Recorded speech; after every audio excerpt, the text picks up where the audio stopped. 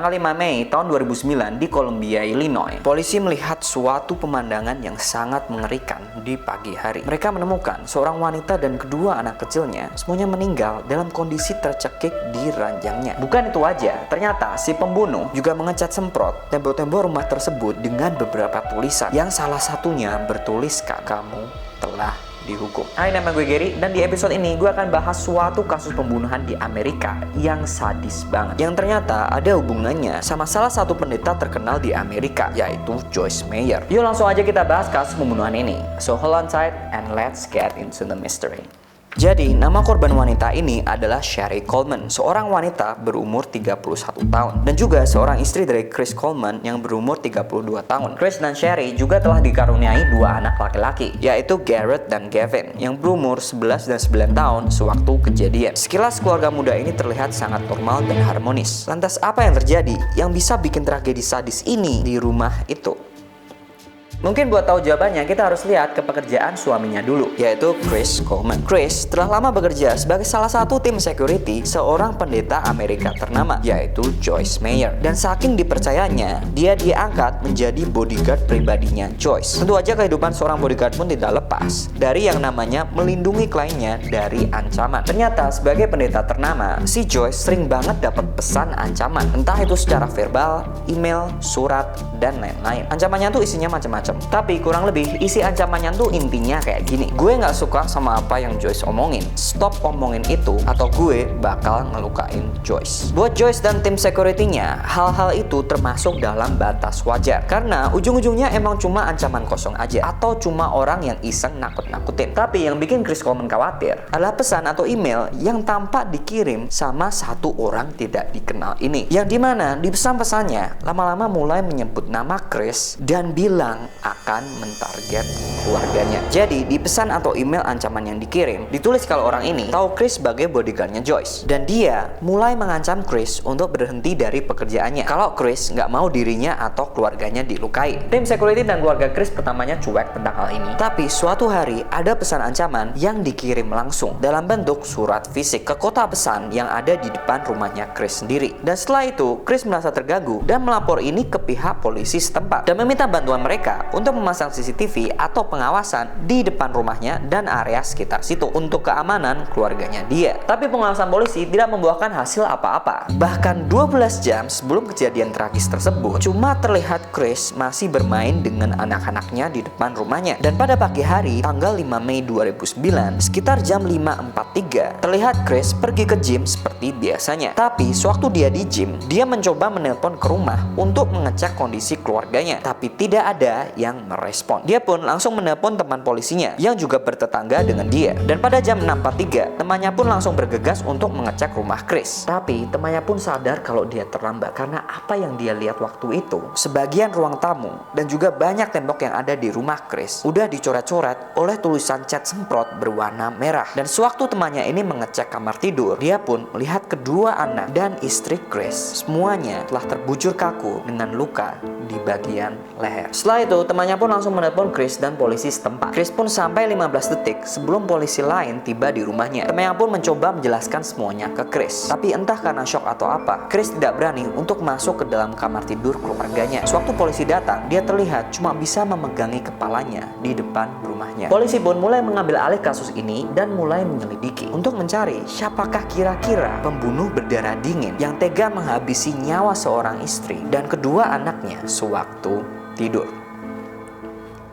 Kayaknya mending kalian siapin mental dulu, karena kasus ini bakal lebih gila lagi. Tentu saja, hal yang diselidiki polisi pertama kali adalah pesan-pesan ancaman yang dikirim ke Chris dan keluarganya. Polisi pun mulai mencoba melacak asal-muasal pesan-pesan ini melalui jejak internet untuk mengetahui apakah benar pengancam tersebut telah berhasil melakukan apa yang dia katakan di pesan-pesannya. Tapi, hal yang paling mengejutkan yang ditemukan oleh polisi adalah pesan-pesan tersebut selama ini ternyata dikirim dari laptopnya Chris Coleman sendiri. sendiri. Polisi pun sangat kaget dan mulai melacak semua barang elektroniknya Chris, termasuk ponselnya. Dan dari ponselnya ditemukan bahwa ternyata Chris selama ini mempunyai seorang selingkuhan bernama Tara Lynch. Ternyata kehidupan pernikahan Chris dan Sherry tidak semulus yang dilihat. Polisi pun juga mendapatkan informasi dari sahabatnya Sherry, di mana Sherry curhat tentang hubungannya yang bilang kalau Chris meminta cerai karena Chris menganggap Sherry dan anak-anaknya menghalangi pekerjaannya Chris. Bukan cuma itu aja, ternyata di ponsel dan laptopnya Chris terdapat banyak foto dan video syur si Tara selingkuhannya, dan juga sebuah vlog di mana Chris merekam dirinya sendiri yang dimana dia bercerita bahwa dirinya sudah tergila-gila sama Tara. Bahkan dia sampai membayangkan untuk menikahi dan memiliki anak bersama Tara. Gila, ini gue harus bilang juga kalau nih orang tuh pelayanan di gereja, dan ternyata ayahnya itu juga adalah seorang pastor. Tapi polisi masih terlihat sulit untuk percaya. Meskipun Chris punya motif untuk berpisah sama istrinya, polisi masih ragu. Masa sih seorang suami dan juga seorang ayah tega menghabisi nyawa istri dan anaknya yang sedang tidur cuma gara-gara pengen mulai hidup baru sama selingkuhannya?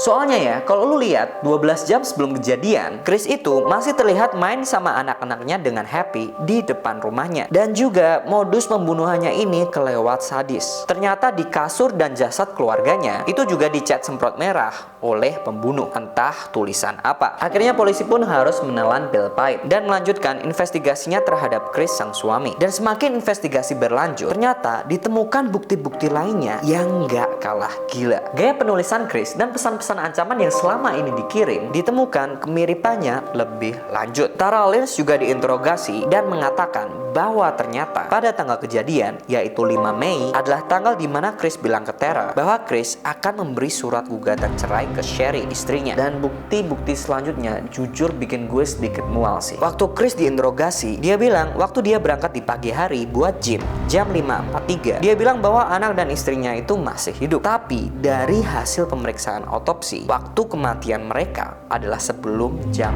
3 pagi, yang mengindikasi bahwa Chris punya potensi untuk menjadi tersangka yang membunuh istri dan anaknya sebelum dia pergi gym di pagi hari. Bukan cuma itu aja, di otopsi luka memar di leher istrinya itu terlihat lebar, yang menandakan perlawanan yang cukup besar dari Sherry. Dan hari itu sangat kebetulan di lengan Chris terdapat luka yang berbentuk cakaran yang masih baru. Polisi juga akhirnya menemukan sebuah struk belanja atas nama Chris 3 bulan sebelumnya, yang membeli sebuah cat semprot warna merah, warna yang sama dengan cat semprot yang dibuat untuk menulis tulisan-tulisan di tembok ruang tamu maupun pada jasad keluarganya. Dan hal-hal itulah yang akhirnya membuat polisi menetapkan Chris Coleman, seorang suami dan ayah, sebagai tersangka pembunuhan istri dan anaknya sendiri. Jadi gue review bentar nih. Ini orang 12 jam sebelum kejadian masih mainan sama anaknya, terus nungguin mereka tidur dan baru ngebunuh mereka satu-satu. Gak cuma itu aja, kasur dan jasad anaknya itu juga ikut dicat semprot gitu. Yang katanya cat semprot warna merah itu sebenarnya dibeli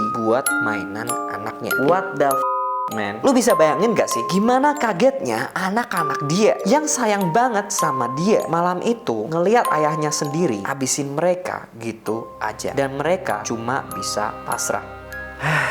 Gue masih hidup di dunia apa neraka sih? Waktu persidangan berlangsung juga nggak kalah dramanya. Tara Lynch hadir sebagai saksi, dan dia saat itu entah kenapa sengaja memakai cincin yang katanya merupakan cincin janji nikah pemberian Chris. Dan setelah diselidiki, Tara itu ternyata juga adalah best friendnya si Sherry waktu SMA. Bahkan mertuanya Sherry atau orang tuanya Chris terlihat masih ngedukung Chris dalam hal ini. Mereka bilang kalau nggak mungkin anaknya itu bersalah. Tapi sekarang Chris Coleman sudah dihukum penjara seumur hidup tanpa kemungkinan untuk keringanan sama sekali. Tapi sampai sekarang dia masih bilang kalau dia itu nggak bersalah.